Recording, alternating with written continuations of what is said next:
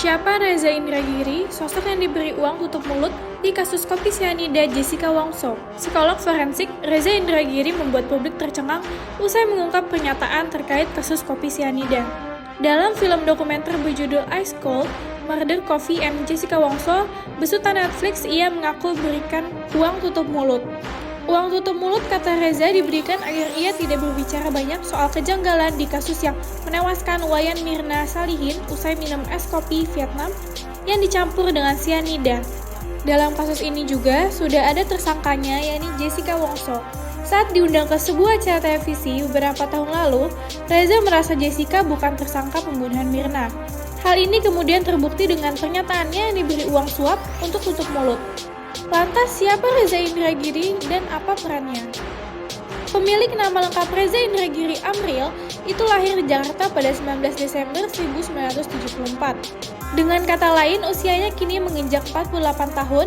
Ia mengenyam pendidikan S1 Psikologi di Universitas Gadjah Mada dan berhasil lulus pada tahun 1998. Reza kemudian melanjutkan studi S2 Universitas Melbourne dan menamatkan pada 2003.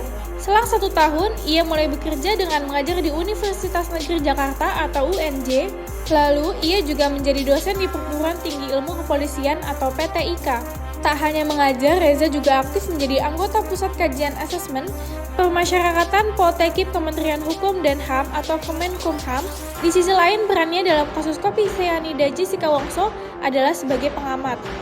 Reza Indragiri selaku psikolog forensik memang kerap dimintai keterangan dalam berbagai kasus pembunuhan. Ia bahkan sempat muncul dalam perkara Brigadir J.